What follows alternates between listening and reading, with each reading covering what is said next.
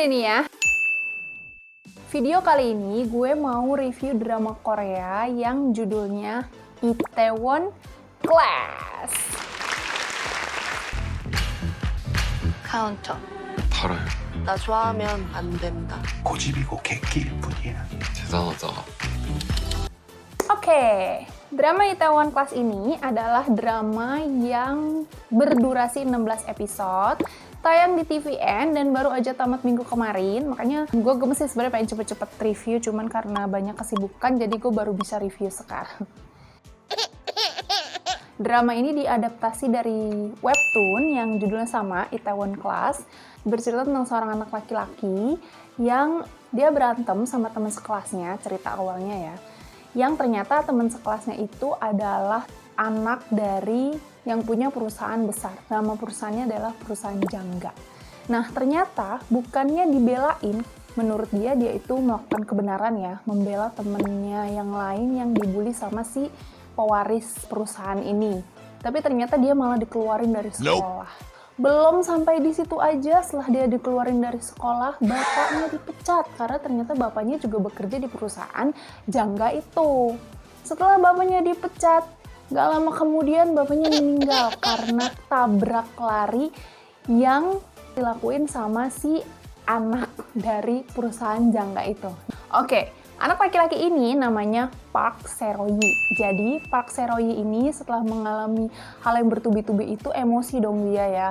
Si Seroyi ini ngamuk dan mukulin si Genwon. Dan malah si Seroyi yang masuk ke penjara. Dia di penjara selama 3 tahun. Setelah kehidupan yang sangat berat itu, dia tetap yakin dan percaya sama dirinya, yakin dan pegang prinsipnya dia, dan dia ngelakuin apapun untuk bisa balas dendam ke presdir perusahaan Jangga ini, yaitu Jang Dae-hee Kills. Anak SMA udah punya cita-cita seperti itu dan beneran dilakuin. Kills. Sepanjang 16 episode ini akan bercerita tentang bagaimana perjuangannya Seroyi untuk membalaskan dendamnya.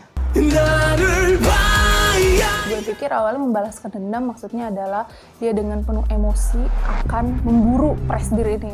Tapi ternyata caranya adalah dengan dia belajar, dia berusaha untuk buat perusahaan kedai makanan untuk mewujudkan cita-cita almarhum bapaknya yang belum sempat kesampaian dan untuk mengalahkan perusahaan Jangga ini. Karena perusahaan Jangga ini juga bergerak di bidang makanan, franchise makanan gitulah ya.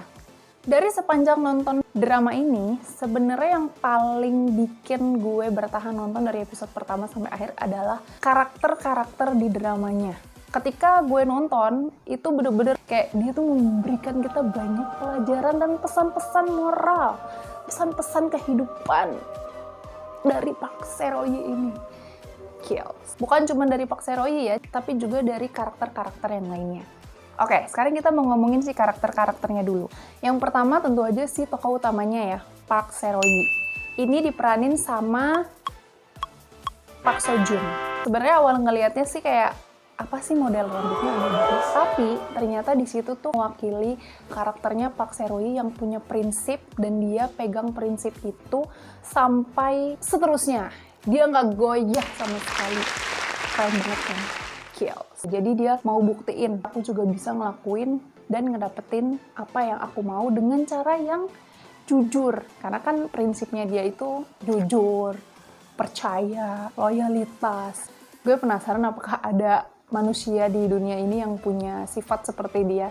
Kills. Tokoh utama perempuannya itu ada si Jo Yi-so. Jadi Jo Yi-so ini diperanin sama Kim Da-mi. Diceritakan di awal kalau Jo Yi-so ini seorang sosiopat. Jadi kalau di dramanya digambarin dia ini pinter banget dan dia akan ngelakuin apapun untuk ngedapetin apa yang dia mau dengan gayanya dia. Dia akan berteman dengan orang-orang yang menurut dia menguntungkan. Dan dia cuek sama omongan orang lain. Jadi bener-bener yang cewek strong lah istilahnya, nggak yang menye-menye kayak drama-drama Korea yang percintaan-percintaan gitu. Aku suka banget sama drama Korea yang karakter ceweknya tuh kuat. Walaupun jatuhnya agak kurang sopan sih.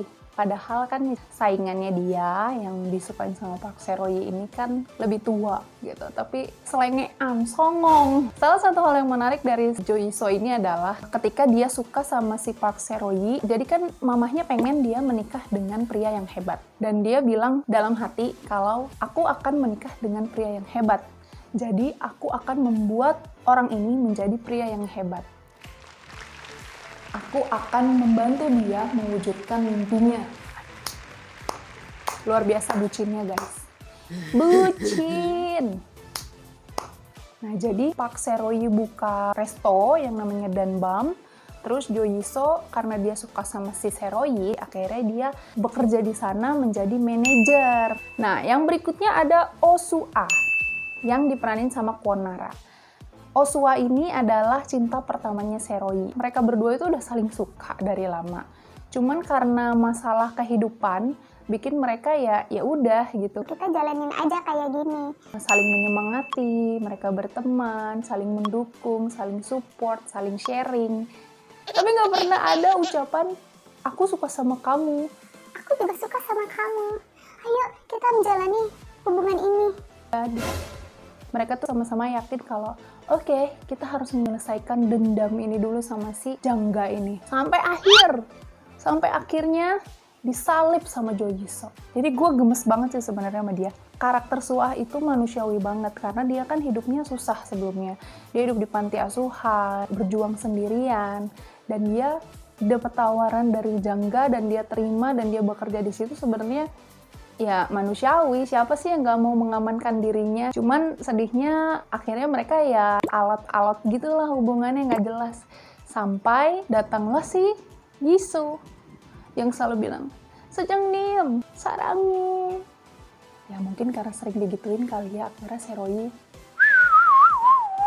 pindah ke lain hati. Dari 3 karakter tadi, yang paling utama ini, kita bisa belajar banyak hal. Dari Se-royi, itu yang pekerja keras dan berprinsip. Kelakuannya bener-bener bikin kita yang, oh iya. Dari Yi-so, gimana dia itu jadi cewek strong banget. Dia smart dan dia berusaha nempel terus sama cowok yang dia suka. Itu tips buat kalian-kalian yang gebetannya susah dideketin. Kayak si Se-royi, ya tempelin aja terus, nanti juga kalian berhasil. Yang ketiga dari Soo-ah, yang walaupun dia itu istilahnya hidupnya susah, tapi dia bener-bener mandiri.